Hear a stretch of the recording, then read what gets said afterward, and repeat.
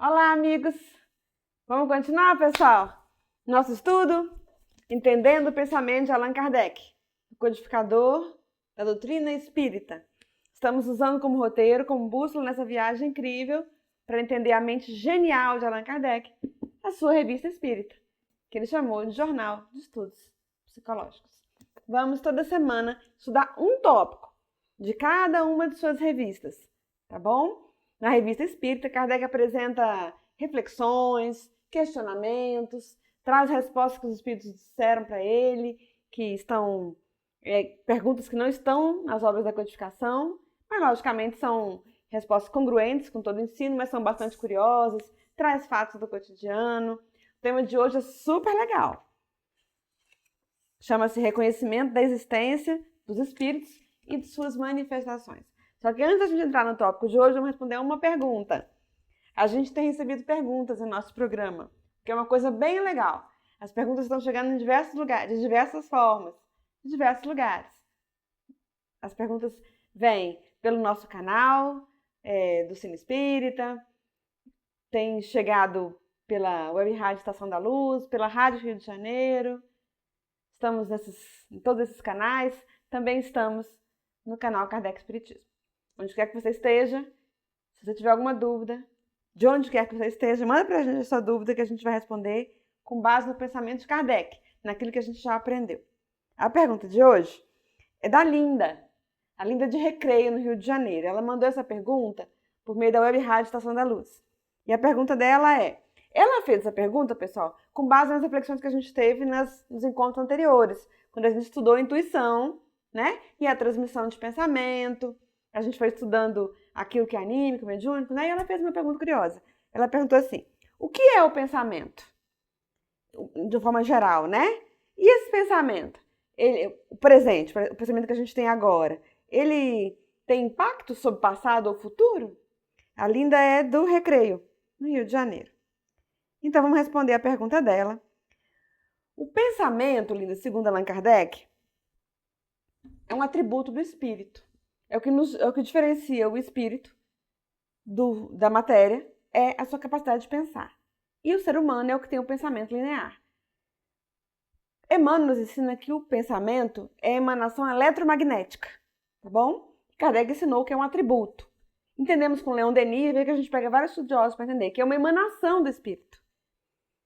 Como Emmanuel ensina que, Leon Denis ensina que é uma emanação, e Emmanuel ensina que é eletromagnético, então a gente compreende que é um atributo que a gente lança à nossa volta, a partir do ser que somos. Então, o pensamento é emanação eletromagnética. Entenderam? Entendeu? Leon Denis fala que o pensamento, com a força da vontade que é a sua alavanca, chega aos confins do universo. Então, é uma emanação. O pensamento não se confunde com o espírito, ele é produto dele. É um atributo nosso pensar, mas a moderna física quântica, inclusive, já diz que pensamento é matéria, porque emite fótons e, portanto, energia. Entendeu? Então, o pensamento, de uma maneira assim, didática, ele é emanação eletromagnética. É algo que o espírito espraia de si, para fora de si. Entendeu? Ele não impacta no passado, porque o passado já passou, né?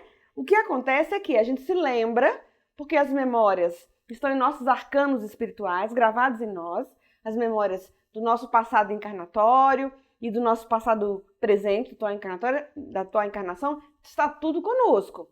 Então, nós temos as memórias. Quando a gente se lembra, a gente resgata a memória, a gente pensa sobre a memória. E o pensamento carrega em si emoções. Por isso a gravidade da nossa relação com o nosso passado. Especialmente com o passado presente, o passado dessa encarnação. Se a gente perdoou algo que aconteceu, por exemplo, a gente, ao pensar naquilo, a gente espraia de nós emoções positivas. Tá tudo bem, eu já perdoei. Se a gente sente raiva, mágoa, ódio, na hora que a gente pensa naquilo, se a gente resgata aquilo e pensa, a gente emana, lembra? O pensamento gera vibração a partir do ser que é você. Emanação. Então, se a sua memória lhe traduz com o pensamento de dor, de raiva, de ódio, você vai emanar isso à sua volta. Então, a força do passado está porque ele age no presente, a partir daquilo que você pensa, lembra e sente. Por isso a nossa necessidade de perdoar o passado, né? Como diz Divaldo Franco, perdoar não é esquecer que a gente não esquece. Também não é apagar a falta dos outros se nos feriram. Perdoar é a gente ressignificar aquilo na nossa jornada, tá bom? Para a gente ter emanações mais positivas. Ela perguntou também, por fim, se o pensamento influencia no futuro, né? Influencia na medida que o futuro é um construto, tá bom, linda? O futuro não existe ainda, ele está em construção.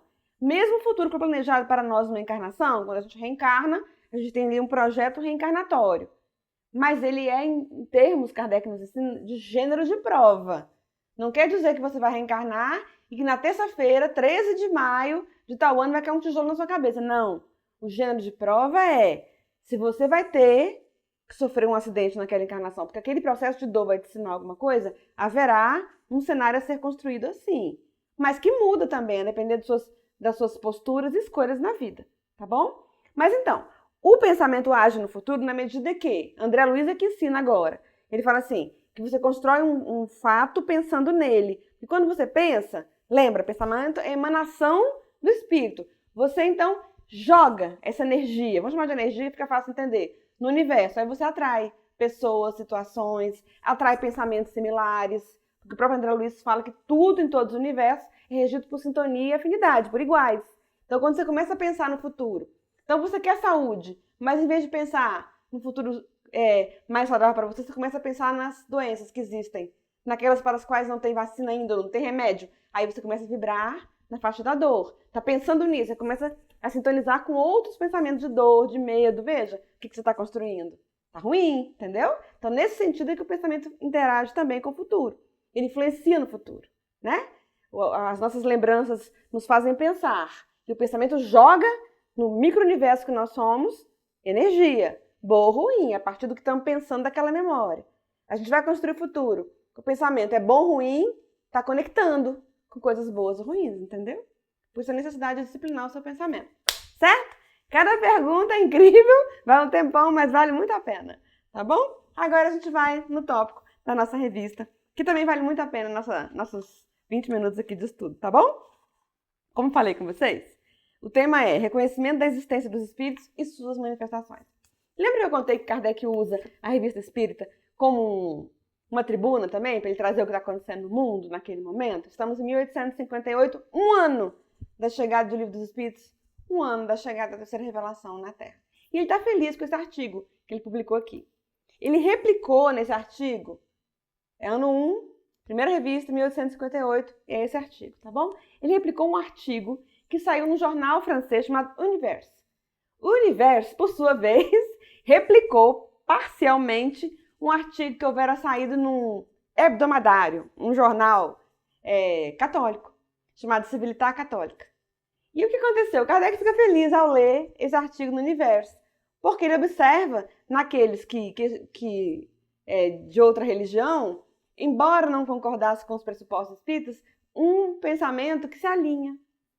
Que coisa curiosa, embora eles tenham um entendimento diferenciado, não é amplo, nem está com um entendimento vasto e racional que o Espiritismo nos trouxe, o artigo que reflete o pensamento das pessoas daquela religião, da religião de Roma, tem algo que tangencia o Espiritismo, e Kardec ficou feliz.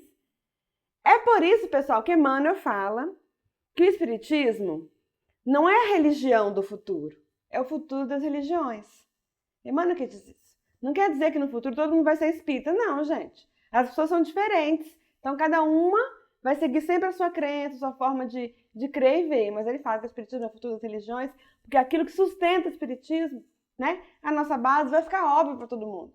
Então, um dia no futuro da humanidade, todo mundo vai ter a sua crença, como quiser, mas algo estará sedimentado e vai nos unir, que é a percepção da eternidade, do espírito, com a sua individualidade, a possibilidade da comunicação entre planos, nada mais é do que você, de alguma forma, se conectar com aquele que voltou para casa, porque morreu voltar para casa antes de você, não estando mais com o escafandro físico, né? A possibilidade óbvia de existir vida nos infinitos planetas, dos infinitos universos, como diz André Luiz, na criação divina. Deus não cria nada inútil. Como Deus ia criar um monte de casa planetária para nada, para enfeitar o céu para o homem? Óbvio que não. Então a gente avança e um dia a gente vai onde quer que a gente esteja, na religião que estivermos, ou até essa religião vai compreender tudo isso e vai falar, faz muito sentido. No caso aqui, Kardec leu então o artigo que saiu no Universo e ficou muito feliz. O artigo do Universo republicou, então, o Civilitar Católica, que eu contei para vocês, né? E o Civilitar faz, então, uma análise. O Universo replicou uma parte do artigo. Faz uma análise do que estava acontecendo naquele momento, que era uma efervescência, a gente já entendeu isso, né? Mesas girando, mesas conversando, muito movimento de efeito físico no mundo inteiro, não é invencionista, isso estava acontecendo, jornais vulgares, né? Que conversam com a mídia do povo, que não tem nada a ver de religião, relatando, aconteceu, e as respostas chegando de espíritos inteligentíssimos. Não era possível um ser humano escrever tantas coisas diferentes. Então esse jornal fala o seguinte: vamos analisar o que está acontecendo no mundo. É curioso, Kardec gostou. Não é um artigo espírita, é um artigo escrito por pessoas de outra religião, mas ele falou, olha, estamos caminhando em paz. Que bom, um dia todas as pessoas entenderão as verdades trazidas pelos espíritos, coordenados pelos espíritos de verdade, que é o próprio Cristo. O que o artigo falou? Fala assim, o artigo explica, na visão deles, os fenômenos físicos que estão acontecendo no mundo. Não há que negar, não tem como negar, gente. Não tem como negar que os fenômenos existem.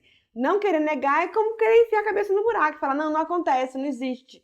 É só ter um pouco de sensatez para perceber que existem, psicografias existem. Inclusive aqui no Brasil, né, aí, soltando um pouquinho da Revista Espírita, contei para vocês num encontro passado aí, tem uma psicografia de Francisco Cândido Xavier que foi usada no tribunal, porque passou por um exame grafotécnico, e aquela grafia era do morto.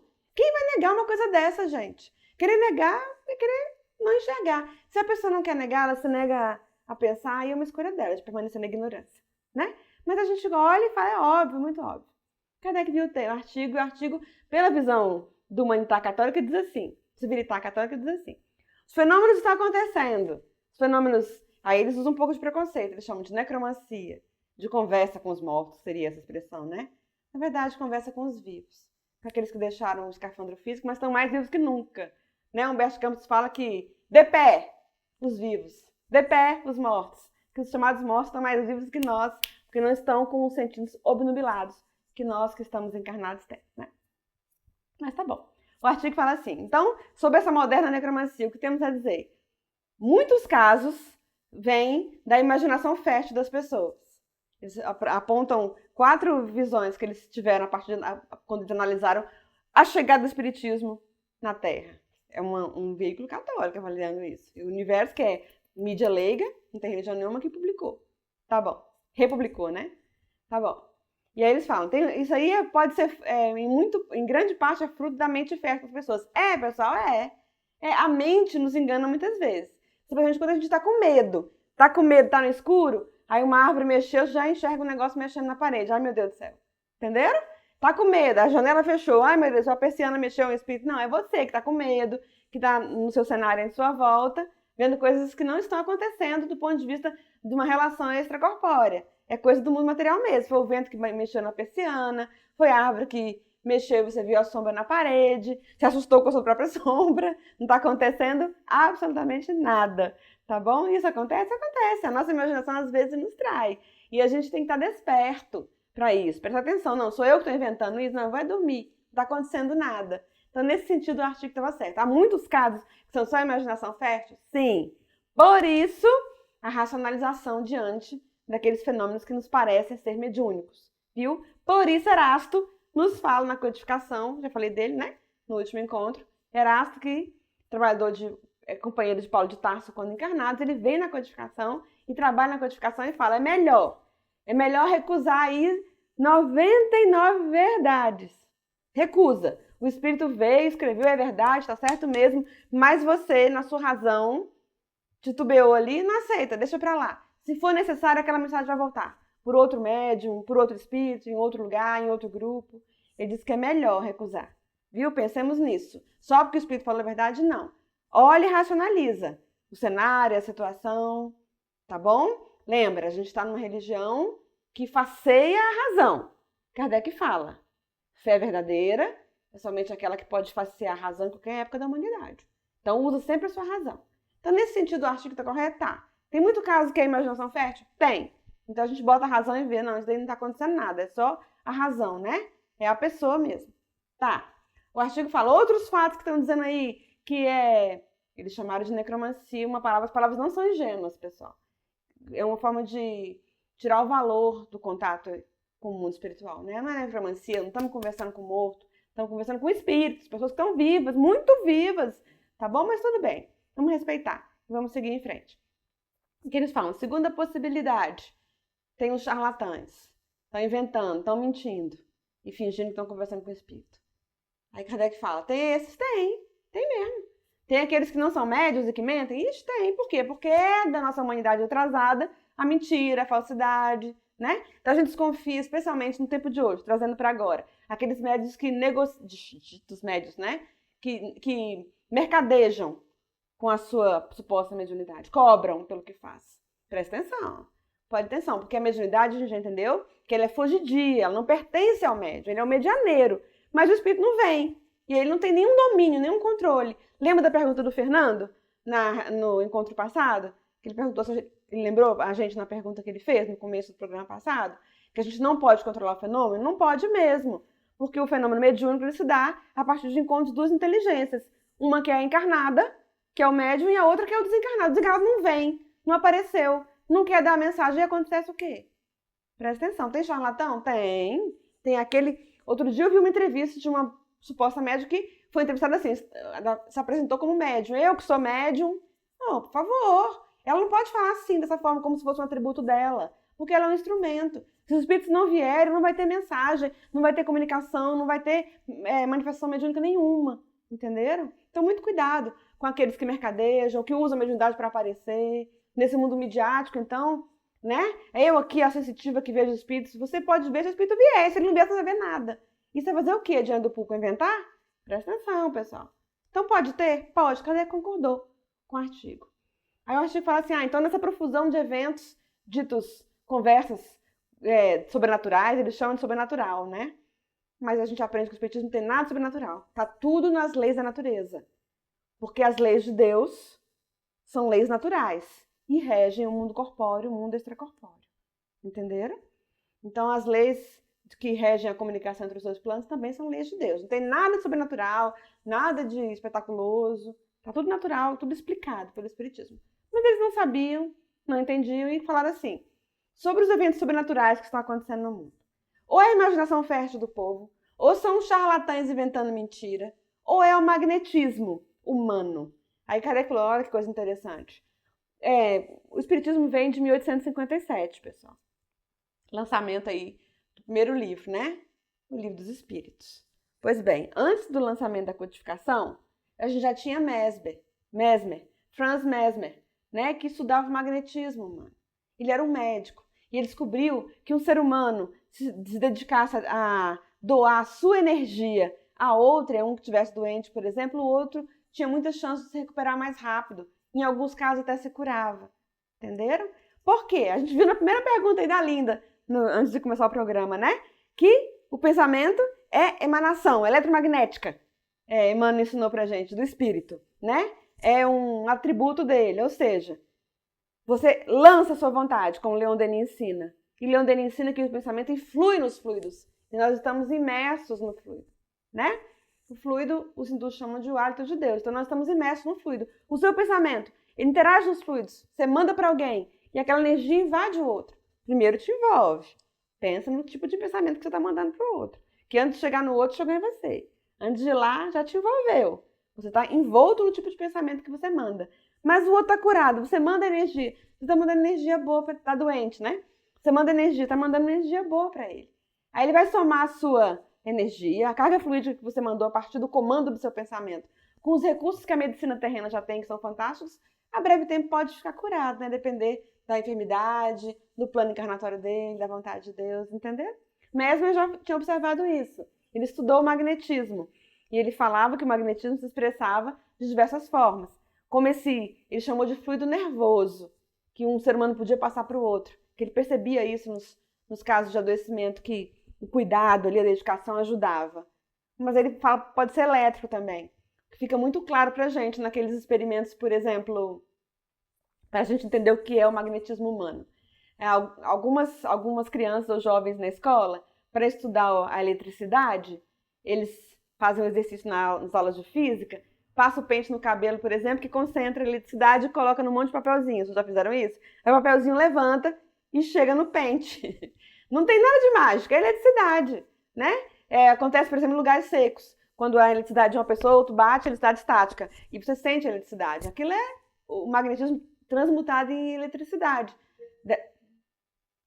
Marina, aqui está seu lembrete para encerrar o programa.